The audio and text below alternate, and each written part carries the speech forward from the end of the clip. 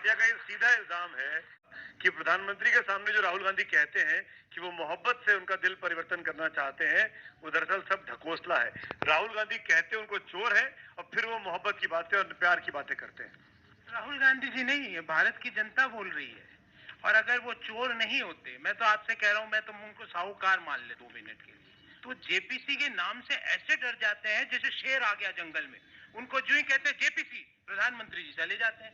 अरे जेपीसी करा लेते, आडवाणी जी को चेयरपर्सन बना देते, मुरली मनोहर जोशी जी मेंबर बन जाते, 15 दिन के अंदर जेपीसी का रिजल्ट आ जाता, पता लग जाता कि आपने चोरी की कि नहीं की। पहली बात। दूसरी बात, आप इन्होंने बोला कि साहब हमको ये बोला, हमको ये बोला। आप ये बताइए, कोई भी धर्म में, मैं हिंदू धर्म की तो मुझे पूर्ण जानकारी है, पर और भी कोई धर्म में मेरी पूर्ण मान्यता है, किसी मृत व्यक्ति के लिए ऐसे अपशब्द, और वो व्यक्ति जिसने देश के लिए अपने टुकड़े टुकड़े करवा लिए, जिनका शव नहीं मिल पाया, उनके लिए ऐसे अपशब्द कि ये आपके पिताजी भ्रष्टाचारी नंबर 1 है। ये हिंदू सभ्यता या हिंदू धर्म तो इस तरह की चीजों को कभी मान्यता नहीं देता। बोलते जाइए आप, बोलते जाइए।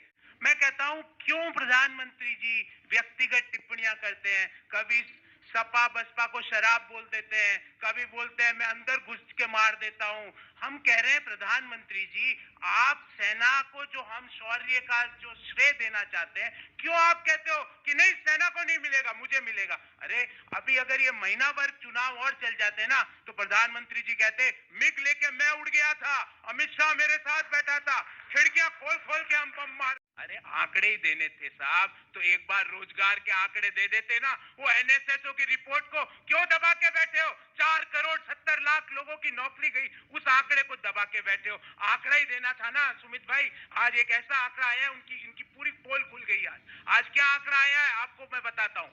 आज जो जीडीपी का आंकड़ा आया है देश का, उसमें एनएसएसओ कह रहा है कि जिसके आधार पे आंकड़े तैयार किए, वो 37% कंपनियां निराधार है, देश में ही नहीं है, वो चल ही नहीं रही, उसके आधार पे जीडीपी बता रहे। क्यों लोगों को बरगला रहे हो आप? गवर्नेंस और सुशासन पे बात करो। आपने रोजगार का क्या किया? 10 करोड़ रोजगार की क्यों नहीं बात करते? प्रधानमंत्री जी अपने 1.5 महीने से भाषण दे रहे हैं, एक बार भी रोजगार की बात करी? ये मैनिफेस्टो है, इस मैनिफेस्टो में रोजगार के बारे में कौन से पेज पे है? मैं चैलेंज करता हूं, ये भारतीय जनता पार्टी का मैनिफेस्टो है, इसमें रोजगार शब्द का उल्लेख नहीं है। सरकारी संस्था एनएसएसओ कोई प्राइवेट सीआईआई या कोई प्राइवेट संस्था नहीं है, सरकारी डाटा जिसमें बोथ हाउस होल्ड सर्वे के आधार पे डाटा कलेक्ट किया जाता है। वो कह रही है नौकरियों का सृजन तो भूल जाइए, 4 करोड़ 70 लाख लोगों ने नोटबंदी और गब्बर सिंह टैक्स के बाद नौकरी गंवाई। ये मैं नहीं कह रहा, अपनी संस्था भारत सरकार की संस्था को नहीं मानते और प्राइवेट संस्था का आंकड़ा देते हैं। चलो साहब वो दीजिए। एक और बात इनको बताता हूँ, उज्ज्वला का ये आंकड़ा है, ये देखिए आप, 85% महिलाओं को उज्ज्वला में दूसरा सिलेंडर नहीं मिला। और आज बीबीसी ने इसके ऊपर एक खबर बनाई है। बीबीसी ने ये बोला है कि उज्ज्वला की जो महिला थी, जो कि पोस्टर वुमेन थी, वो वापस गाय का कुंडे से अपनी रोटी सेक रही है, ये देखिए। और बीबीसी हंस रही है इनके झूठ पे। अब कितना झूठ बोलोगे भाई? ये उज्ज्वला का स्कीम का आंकड़ा है, पर नहीं मानोगे उज्ज्वला स्कीम का। बात करते हैं कि साहब हमने टॉयलेट बनाए, वो तो मैं एबीपी न्यूज का ही आंकड़ा दे रहा हूँ, क्योंकि एबीपी न्यूज विश्वसनीय चैनल है। ये आप ही का आंकड़ा है। ये 8.5 लाख टॉयलेट बना दिए थे इन्होंने एक सप्ताह में। एबीपी न्यूज ने कहा 1.5 टॉयलेट प्रति सेकंड बनाना पड़ता है, जब 8.5 लाख टॉयलेट बनते हैं एक सप्ताह में। ये लाइट की वेलोसिटी से टॉयलेट कैसे बन रहे हैं? स्पीड ऑफ लाइट की वेलोसिटी से टॉयलेट बना रहे हो। क्यों मजाक करते हो देश के? देंगे एक बार सेना की बात कर लो, एक बार तो स्मार्ट शहर की बात कर लो, एक बार तो किसान की बात कर लो। किसान प्रतिदिन मर रहे हैं, सुसाइड कर रहे हैं, उनकी बात नहीं करेंगे। यहाँ पे आके बोलेंगे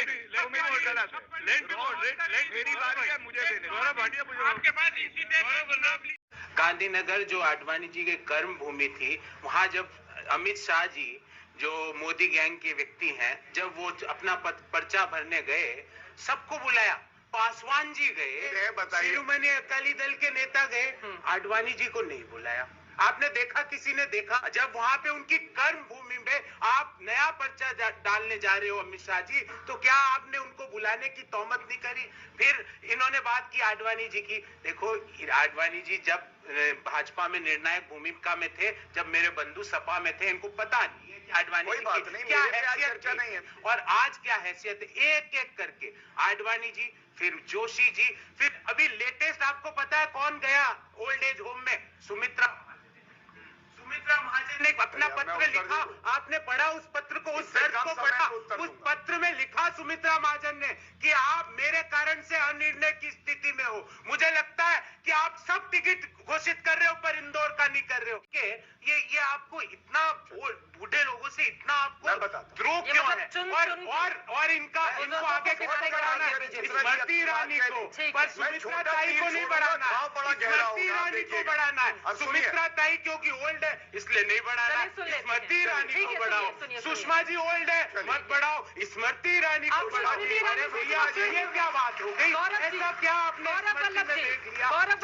सुमित्रा ताई का अनुभव भूल गए, सुषमा जी का अनुभव भूल गए, जिन्होंने भाजपा को जन्म दिया, जिन्होंने भाजपा के जो मैं कहता हूँ स्तंभ है, उनको हटा के आपने बढ़ाया स्मृति ईरानी।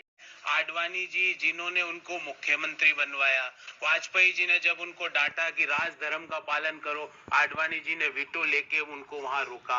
आज क्या आडवाणी जी को बिना बताए उनकी सीट चेंज हो रही है? एक एक व्यक्ति जो बुजुर्ग है उसको निशाना करके।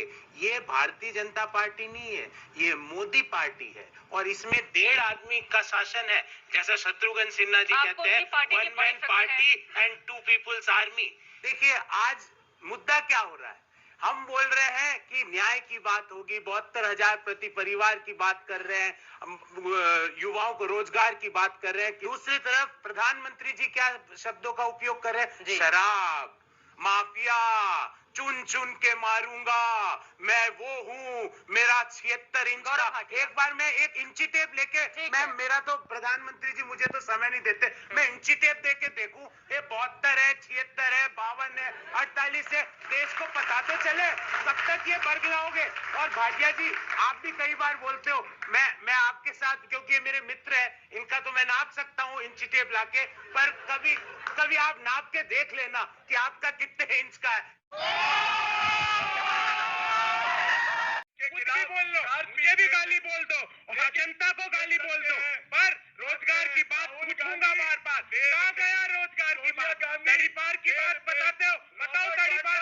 आज तक हिंदुस्तान के इतिहास में कोई पार्टी का अध्यक्ष तड़ीपार बना नहीं बना। तड़ीपार, अगर ये तड़ीपारों की पार्टी यही बोले, 1 लाख करोड़ रुपए भगोड़े लेके भाग के 15 लोगों के 3.5 लाख करोड़ रुपए एक झटके में माफ कर दिए जाते हैं। नोटबंदी का कुकर्म किया जाता है, रात को 12 बजे संसद खुलवा के गब्बर सिंह टैक्स लाके दुकानदारों और छोटे उद्योगों को नष्ट कर दिया जाता है। और यहाँ के बात करते हो, एक भी अगर हिम्मत है तो नाथूराम गोडसे के नाम पे चुनाव लड़ो। मेरा चैलेंज है मोदी जी को, अगर हिम्मत है तो बंगारू लक्ष्मण के नाम से चुनाव लड़ो। अगर हिम्मत है तो लाओ बंगारू लक्ष्मण, जो रिश्वतखोर अध्यक्ष था इनका, टीवी कैमरा के सामने रिश्वत लेता हुआ पकड़ा गया, उसके नाम से लड़ो चुनाव।